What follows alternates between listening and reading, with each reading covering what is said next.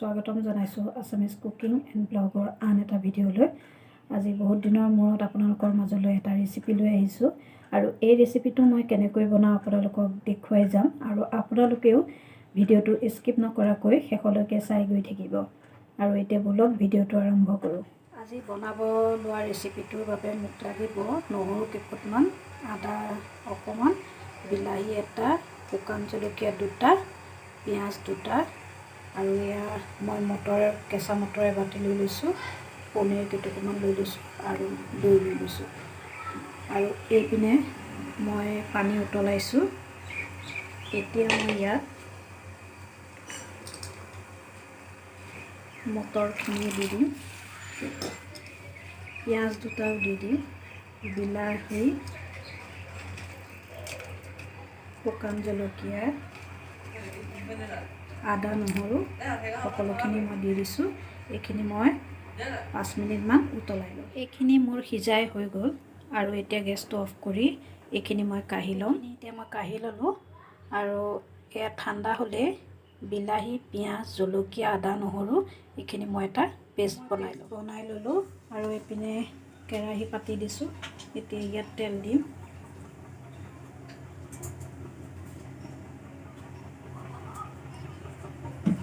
তেল গৰম হৈছে। এতিয়া মই ইয়াত গোটা জিৰা কেইটামান দিম,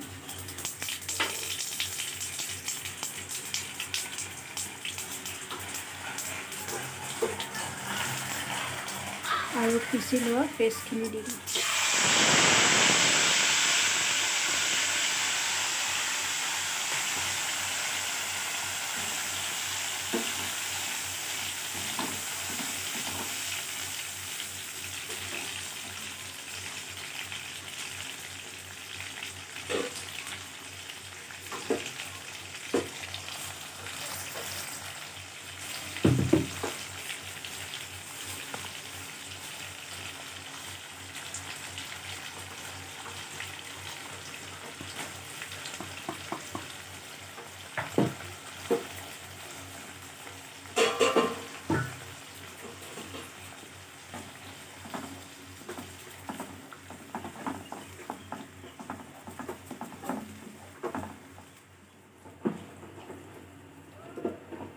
এতিয়া ইয়াত মই হালধি দিম,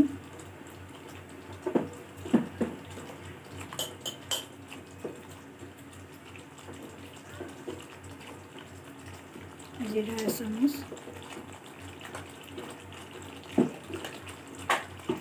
ধনিয়া,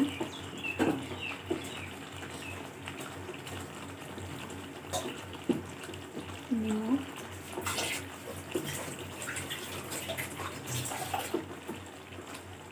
এইখিনি এতিয়া ভালদৰে মিক্স কৰি ল'ম।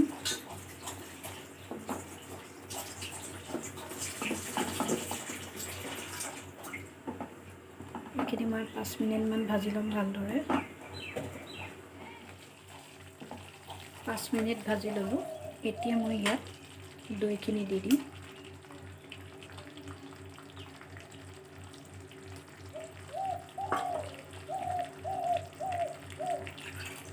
দৈখিনি পূৰা ক্ৰীমৰ নিচিনা হৈ আছে কাৰণে মই পানী অকণমান মিক্স কৰি দিছোঁ। এতিয়া এইখিনি আকৌ 5 মিনিট ভাজি ল'ম মই।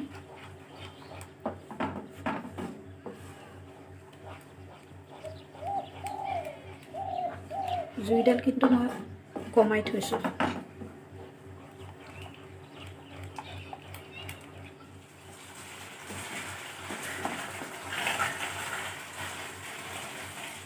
খিনি ভাজি হৈ গ'ল। এতিয়া ইয়াত মই মটৰখিনি দি দিম আৰু লগতে পনীৰখিনি দি দিম।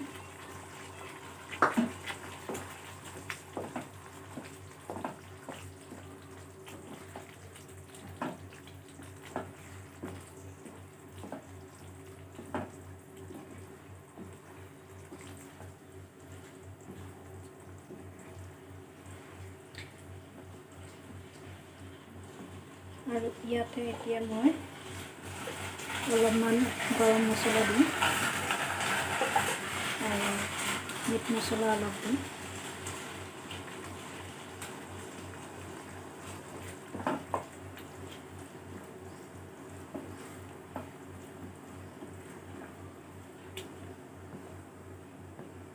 এই ৰেচিপিটো বনাবলৈ একেবাৰে সহজ, আপোনালোকেও বনাই চাব, খুব ভাল লাগে খাই এনেকৈ বনালে।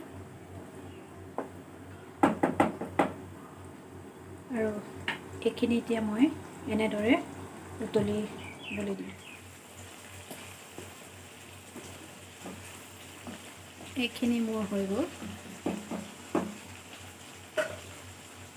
আৰু এইপিনে মাংস বনাই আছোঁ। আজি বতৰটো ঠাণ্ডা, মাংস ৰেচিপিটো দিয়া নাই, আগতেও দি থৈছোঁ। মোৰ মটৰ আৰু পনীৰ চব্জি বনাই হৈ গ'ল। আপোনালোকেও এনেকৈ ট্ৰাই কৰি চাব, খুব ভাল লাগে খাই।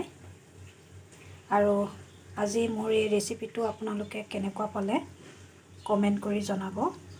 আৰু লগতে লাইক কৰিব, শ্বেয়াৰ কৰিব আৰু ছাবস্ক্ৰাইব কৰি দিব। আজিলৈ ভিডিঅ'টো ইমানতে সামৰিছোঁ। ধন্যবাদ।